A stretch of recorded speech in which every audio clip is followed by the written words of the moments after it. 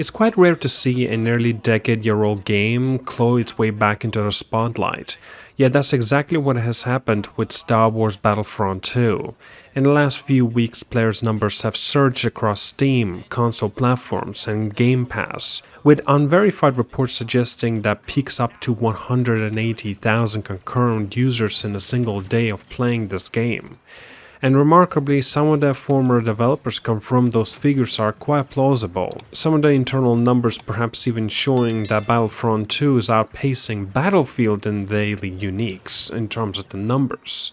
Now, I wanted to appreciate how extraordinary this resurgence is, and kind of revisit why the game earned one of the gaming's ugliest reputation in the first place. So when Battlefront 2 debuted in 2017, its microtransactions model was oppressive. Heroes and villains such as the Darth Vader and Luke Skywalker were locked behind lavish loot boxes, and progression was agonizingly slow unless you were willing to spend real money.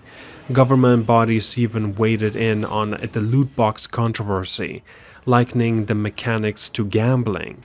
Under immense public pressure and a torrent of negative reviews, EA temporarily disabled purchases and over the next 2 years methodically dismantled every pay-to-win element within the game.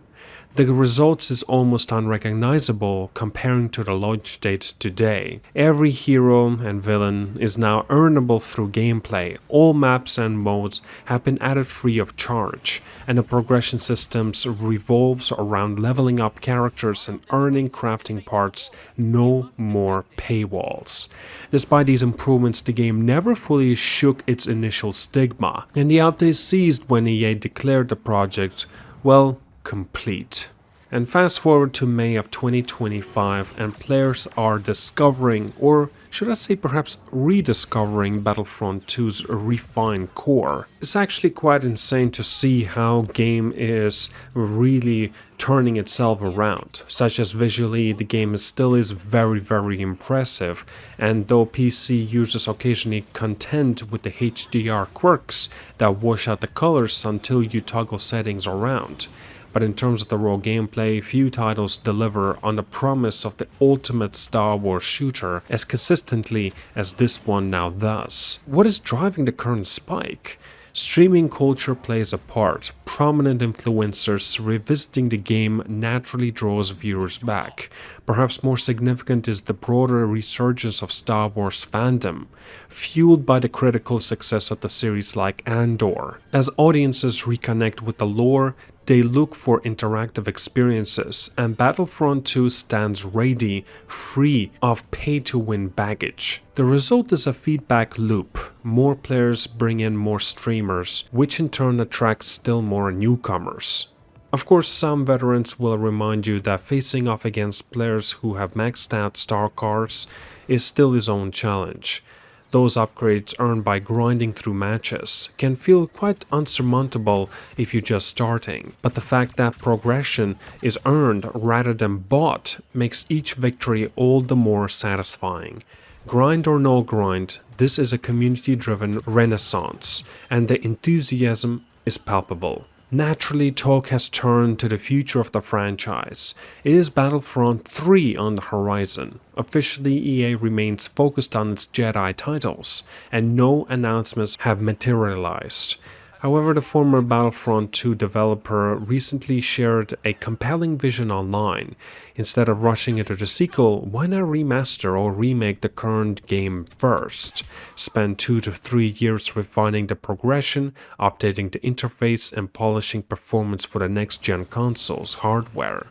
Then only after re-establishing goodwill and building a modern foundation, begin work on a brand new third entry targeted for 2027 or perhaps maybe 2028-2029 release. This approach makes strategic sense. A polished re-release could re-engage former players, recruit newcomers, and demonstrate a commitment to quality.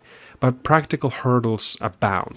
Licensing with Disney and Lucasfilm carries steep revenue-sharing demands. Leaks around other major IP partnerships suggests publishers often relinquish as much as 30% of sales. Such economics temper enthusiasm for a long-term agreement, leaving big-budget licensed games in a precarious of positions.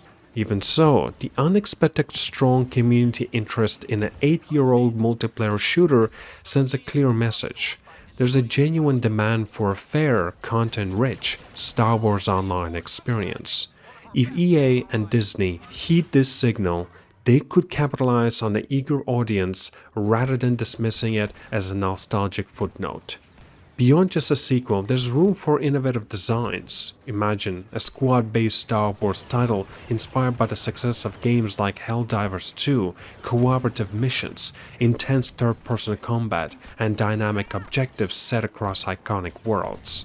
Some modders have already begun adapting Helldivers into Star Wars skins, as testament to the concept appeal. And for now, the immediate takeaway is quite simple. If you haven't played Battlefront 2 since its rocket launch, it's worthy of another look.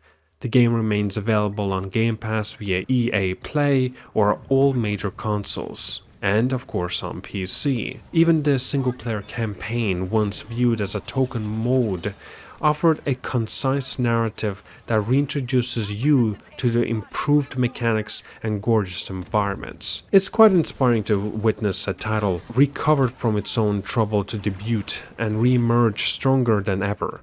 The Star Wars Battlefront 2 of 2025 is a testament to what a development team can achieve when they listen to the player feedback and prioritize the gameplay experience over monetizing schemes. Whether this resurgence leads to something more, or a remaster, a remake, or even an ambitious new sequel remains to be seen. But for now, we can really only hope. And perhaps maybe this is just this time. Over a few more weeks, this will die off. But nevertheless, it still is interesting to have a topic relating to this and have a little bit of a discussion. Let me know if you have already perhaps tried out and tried to jump into Battlefront 2 this week. Maybe you're thinking about getting into it for yourself and seeing what it's like now. Do let me know of your first impressions on this game, if you are just trying it like recently at least. Thank you so much for watching, like and subscribe. I'll see you guys all and have a wonderful day. Nowhere left to run. Our revenge is at hand.